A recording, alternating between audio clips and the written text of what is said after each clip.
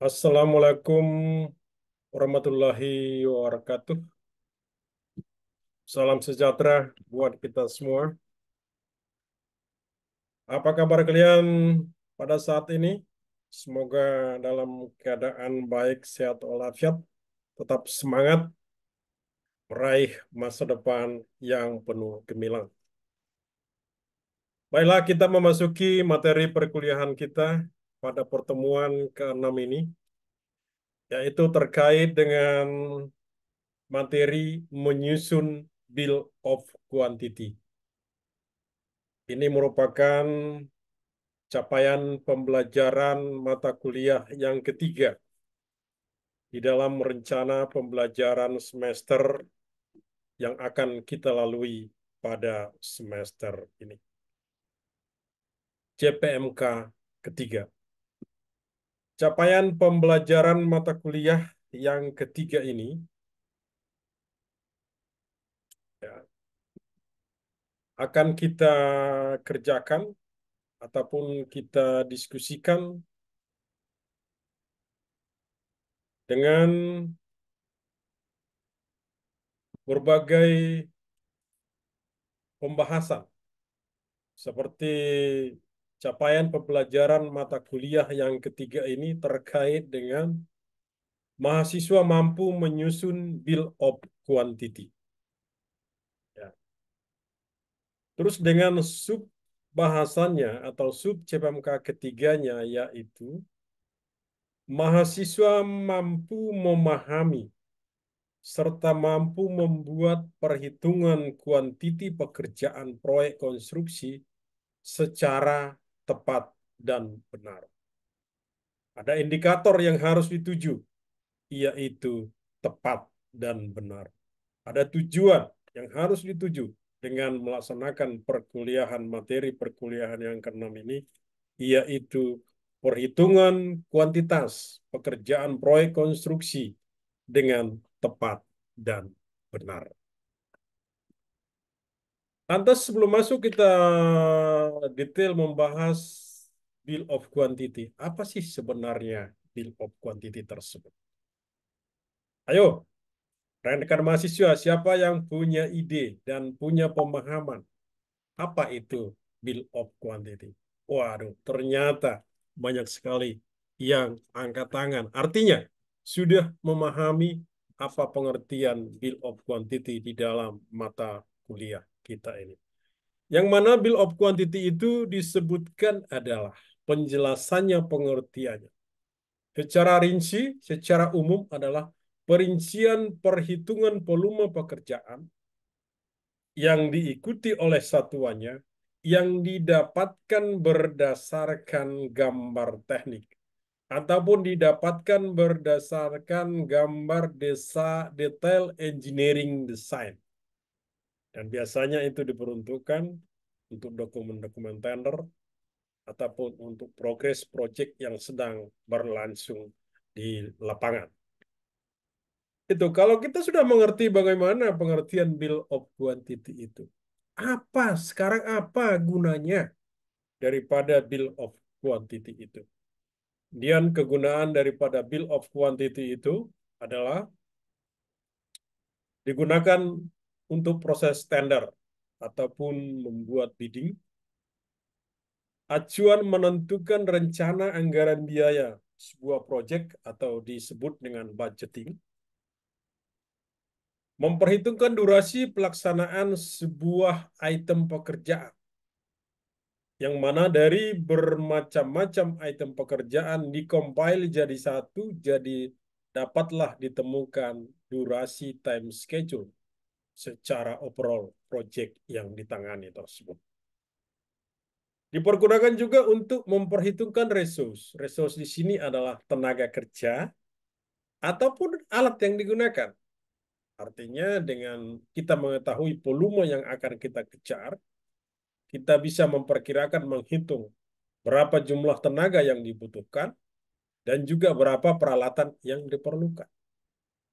Setelah itu, Bill of Quantity juga sebagai dasar perhitungan progres.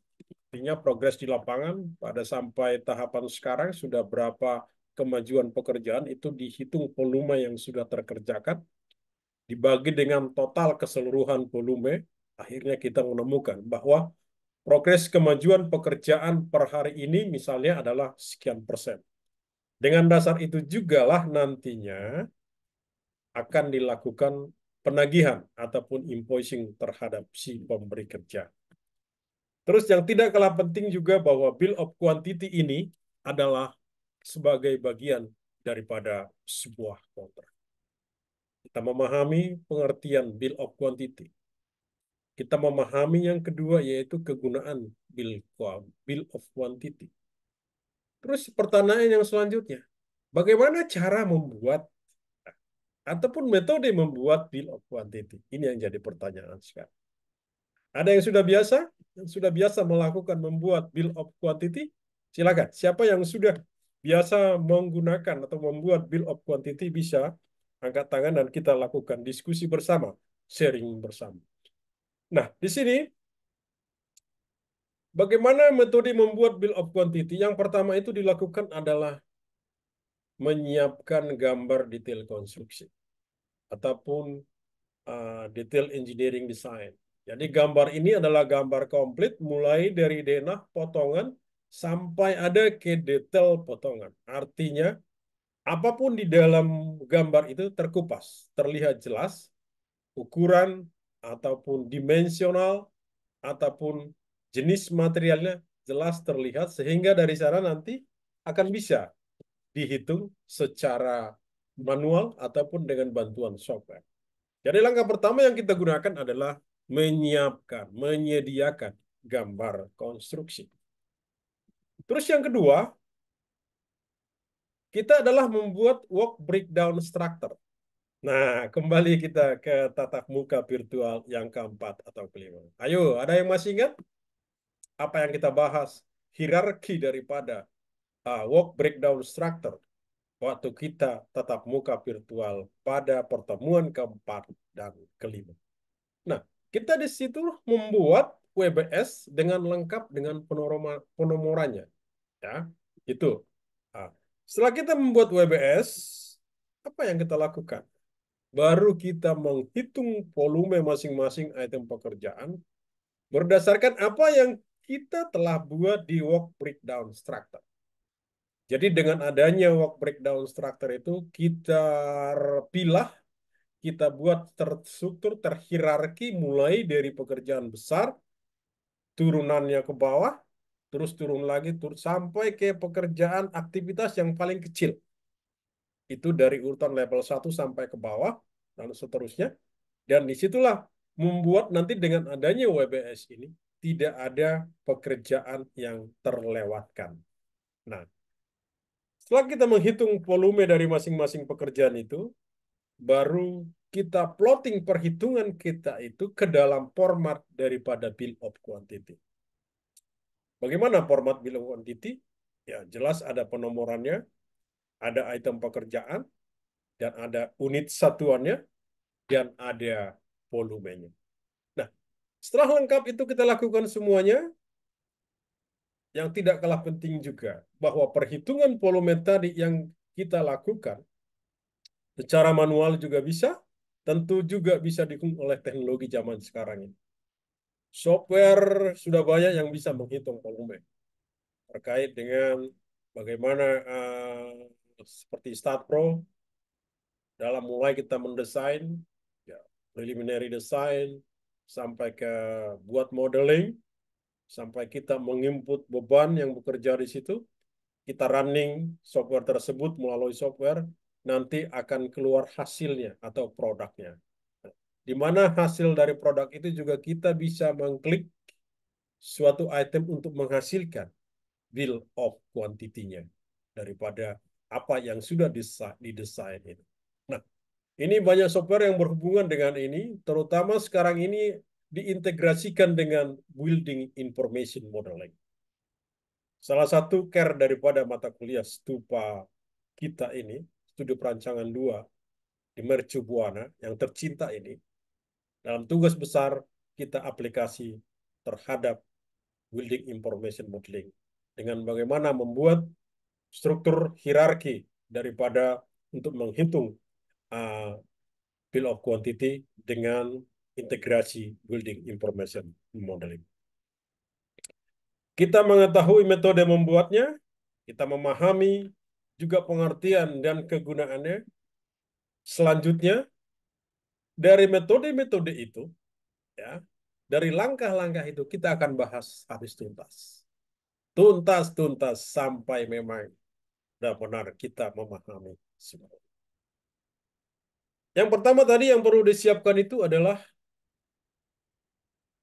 gambar detail engineering besar. Kita harus punya gambar. Seperti yang ada di layar kita ini, di monitor kita masing-masing, yang kita lihat di depan ini. Ada sebuah gambar yang dikatakan denah layout. Denah layout itu berarti kita melihat dari atas. Kita melihat dari atas, kita lihat ke bawah. Beginilah ada di situ L1, L, B1, B, dan juga di tengah-tengahnya ada dua kotak, ya, dan juga ada gambar pembesian di sebelah pojok kiri kanan, kiri bawah, dan juga ada di kolom kedua itu, dua kolom itu ada tertera 8M24. Nah, di kotak sebelah kanan itu ada nomor terus dimensi besaran daripada L, L1, B1. Terus di nomoran itu ada jenis-jenis yang berbeda, yaitu J1, J1A, J1B, J1C. Artinya dengan gambar denah yang di sebelah kiri ini, tatkala kita mendapatkan tipe, katakanlah tipe J1C, artinya J1C itu dimensi L-nya 2000, L 2000, ya. Terus dimensi daripada L1 700, 700, 700 berarti yang di bawah ini 2000 tambah 1400 berarti adalah 3400. Ya. Kita mengarah ke B, B1, B1, B1 700. Di sini ada 2 B1 berarti 2 kali 700 1400. Jadi kita sudah mendapatkan bahwa ukuran daripada gambar ini dimensional adalah 3400 dikalikan dengan 1400.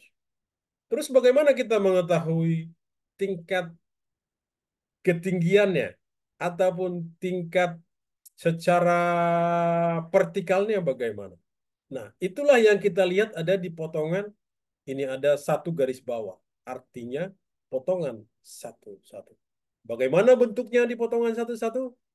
Kita lihat ternyata bentuknya seperti ini. Potongan satu-satu mengindikasikan bahwa paling bawah itu ada lantai kerja. Ya, lantai kerja ini 10 cm ya, atau 100 mili. Setelah itu ada ini pondasi plat yang tebalnya 400 mm. Setelah itu ada tadi dua kotak, ya ini ada dua ya. Ini disebut kolom pedestal dengan ketinggiannya 1100 tambah 150 mm. Nah, di sini juga dilengkapi bawah itu lantai kerja dengan cor-coran. Pondasi platnya ketebalan 400 dilengkapi ada besi tulangan atas diameter 13, jarak 200. Dan ada juga tulangan bawah yaitu diameter 13, jarak 150. Jadi semuanya terindikasi. Ya, di panjangnya tadi sudah kita ketahui, lebarnya juga kita ketahui dari gambar yang pertama tadi. Nah, setelah itu kita lihat ke atasnya lagi ada dua kolom pedestal, ya. Kolom pedestal. Di sini kelihatan gambar-gambar besi. Cuma belum detail dilihatkan bahwa besi tersebut diameter berapa, banyak berapa, atau jarak berapa. Nah, kalau di bawah tadi di pondasi plat di sini jelas bahwa diameter 13 setiap jarak 200. Nah, kalau di kolom pedestal ini tidak kita kelihatan, hanya general bahwa mengindikasikan di situ ada yang dikatakan besi vertikal, ada juga yang angkur bolt. Nah, Untuk mengetahui detailnya itu di mana? Nah, masuk kita ke ada lagi di sini disebutkan garis AA yang disebut detail potongan AA. Bagaimana di detail potongan AA akan diperlihatkan seperti yang berikut ini. Nah, ini dia detail potongan AA. Artinya tatkala yang nggak jelas tadi berapa besi yang digunakan, berapa diameter kita potong cut di situ, kelihatanlah di sini bahwa ada 12 buah vertikal. Ya. Ada 12 buah vertikal diameter 16 besi di sana yang dipasang pada kolom tersebut. Ya sebelah satu sisi 4, 4 satu sisi, 4 satu sisi, 4 satu sisi, 4 satu sisi. 4 dikali 4 sama dengan 16, dikurangi dengan yang beririsan 4, jadi tinggal 12. Itu jelas ada 12 diameter 16. Setelah itu ada juga begel. Behel ya. Behel di sini ada diameter 8, setiap jarak 15 cm. Nah, ini ada 4 kali 4 dibuat, berarti ada 4 ini ya. Ada 1, luar, ada 2, ada 3, ada 4. Nah, inilah detail daripada potongan AA tadi. Artinya kita sudah memiliki gambar denah layout ada yang mengidentifikasikan ukuran daripada sebuah proyek itu, ukuran bangunan itu. Terus secara potongan juga ada yang indikasikan juga ukuran secara vertikal. Terus kita memiliki detail potongan juga ada. Apa yang ada di dalamnya, lebih detail di dalamnya. Nah, seperti syarat pertama tadi dalam metode membuat bill of quantity, kita harus memiliki gambar. Itu sudah kita lalui. Inilah gambarnya. Terus selanjutnya apa? Setelah tadi itu kita memiliki gambar, sekarang kita harus juga memiliki yang namanya dikatakan membuat apa yo? Ayo coba siapa yang ingat tadi? Coba. Wah, banyak sekali yang mengacungkan tangan. Yang kedua dikatakan itu adalah membuat work breakdown structure. Kembali kita ingat tatap muka virtual kita yang keempat atau kelima. Dari gambar pondasi tadi, kita buatlah WBS-nya. Apa kira-kira yang pertama? Tadi adalah gambar sebuah pondasi pabrik semen. Ya, pondasinya banyak, tapi yang kita bahas sebagai contoh di sini adalah satu. Itulah sebagai level pertama, yaitu pondasi pabrik semen. Di mana kita turunkan ke bawahnya dalam mengerjakan pondasi pabrik semen. Apa yang pekerjaan yang dikerjakan? Yang pertama tentu ada pekerjaan persiapan. Persiapan itu apa? Kita harus mobilisasi alat orang, kita harus membuat direksi CAD, kita harus membuat kantor di lapangan, dan lain sebagainya. Nah, ini tidak kita bahas secara detail di persiapan di sini karena sudah kita bahas di pertemuan-pertemuan sebelumnya. Namun yang fokus kita pada sekarang adalah di samping persiapan itu apalagi pekerjaan utamanya, yaitu pekerjaan struktur. Nah, pekerjaan struktur. Struktur ini apa saja yang termasuk pekerjaan struktur itu? Ada disebutkan pekerjaan tanah, ada pekerjaan lantai kerja, ada pondasi, ada kolom, dan ada angkur bawah. Ini diturunkan lagi, yang ada di level ketiga ini diturunkan lagi menjadi level keempat, aktivitas. Apa itu? Aktivitas galian tanah, timbunan tanah. Lantai kerja apa? Aktivitas buat pekerjaan backstik, pengecoran. Di pondasinya apa? Ada backcasting, pembesian, cor. Kolom apa? Sama backcasting, pembesian, cor. Di angkur board apa? Pasang angkur board dan pelaksanaan grouting. Nah, ini kembali kita nge-review ke pertemuan kita di tatap muka virtual yang keempat atau kelima. Kita di refresh kembali. Inilah bentuk WBS daripada gambar yang kita miliki tadi. Nah, dari WBS ini kita melangkah membuat hierarki work breakdown strukturnya secara seperti ini. Ya, kita buatkan pekerjaan pondasi. Yang pertama tadi apa? Pekerjaan tanah. Ada aktivitasnya, galian timbunan. Yang kedua ada lantai kerja, ada aktivitasnya, casting, cor lantai kerja. Begitu juga ketiga pondasi plat, begitu juga pedestal kolom. Begitu juga angkur bot, pasang angkur bot dan grouting. Nah, ini kita telah buatkan WBS dengan penomoran. Nah, dari sini kita plotting ke dalam bentuk format WBS itu sendiri yang sudah kita pelajari tadi. Bagaimana formatnya? Yaitu formatnya seperti berikut ini. Nah, ini format bill of quantity. Project ada namanya, yaitu Project Pondasi Pabrik Semen Merah Putih di Bayak, Lebak, Banten. Kontraktornya disebutkan juga apa? Mungkin ada juga ownernya apa? Silahkan disebutkan. Artinya kita buat terdiri dari nomor pekerjaan unit volume. Sebenarnya berbicara terkait dengan bill of quantity, inilah formatnya. Baru kita buat tadi apa yang kita tuliskan berdasarkan WBS ya. Kerjaan tanah, satu-satu galian tanah, satu dua timbunan tanah. Begitu seterusnya sampai ke berapa item pekerjaan yang kita buat tadi, yaitu 5 item. Nah, dari yang sudah ada ini kita lihat yang mana yang sejenis. Artinya sejenis, kualifikasinya sama, mutunya sama, yang bisa kita gabungkan. Akhirnya kita gabungkan format yang sejenis, yaitu menjadi seperti ini. Di sini pondasi, karena pondasi itu terdiri dari pondasi platnya dengan kolom pedestalnya. Ini kita jadikan satu. Karena sama-sama satu item ya di pondasinya itu sama mereka satu grade-nya juga sama mutu betonnya akhirnya bisa kita buat jadi satu. Jadilah seperti ini format daripada bill of quantity yang kita buat. Ada nomor, ada pekerjaan, dan ada juga unit satuannya.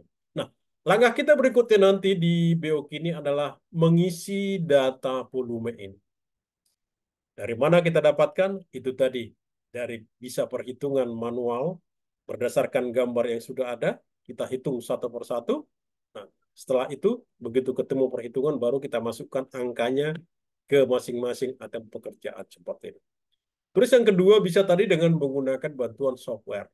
Ya, apalagi software yang bisa kita lihat dengan modeling, kelihatan di sana bentuk 3D-nya, dan bahkan kalau kita menghendaki saya hanya pengen ngelihat hanya volume pengecoran yang kita tampilkan dengan berwarna secara rendering hanya volume pengecoran. Artinya bisa juga kita hanya meminta yang ditampilkan hanya pembesian, pembesian keseluruhan. Akhirnya keluar juga hasil berapa pembesian. Nah, itu format daripada bill of quantity.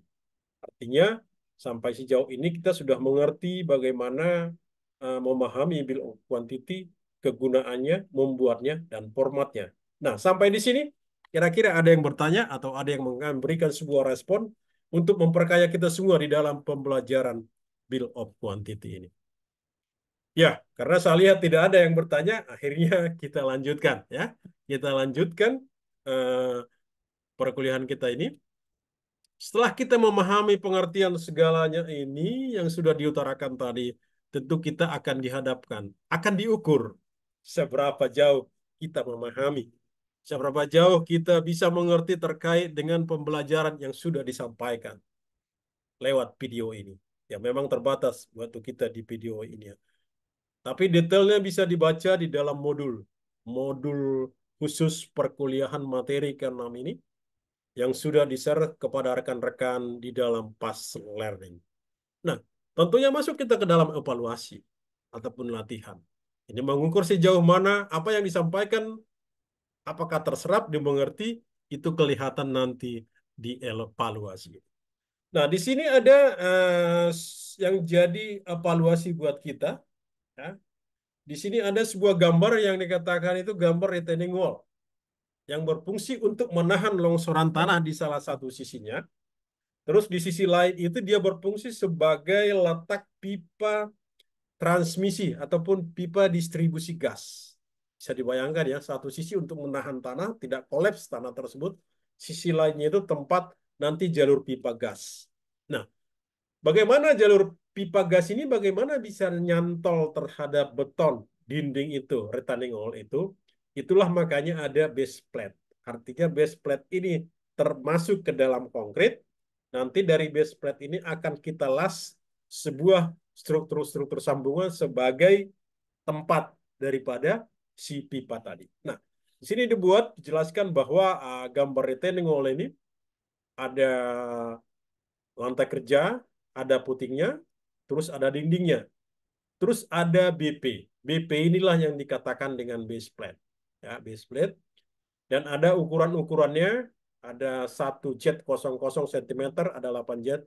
Ini hubungannya dengan NIM daripada mahasiswa itu sendiri. Terus apa sebenarnya, bagaimana detailnya daripada si BP ini? Nah, kita lihat lagi penjelasan berikutnya. Nah, di sini kelihatan jelas bahwa paling bawah, ini potongannya, paling bawah ada lantai kerja dengan ketebalan 10 cm. Terus ada pondasi putingnya itu dengan ketebalan 8 jet centimeter, jetnya dari angka NIM saudara. Ya. Terus setelah itu ada retaining wall, dindingnya sendiri, ketebalan 40, di bawah 60. Artinya ini ada miring, slope. Ya. Slope terus dengan ketinggian 1 jet 00 cm. Di sini level tanahnya. Di sini juga ada kelihatan besi-besi yang digunakan dan jaraknya berapa kelihatan dengan jelas.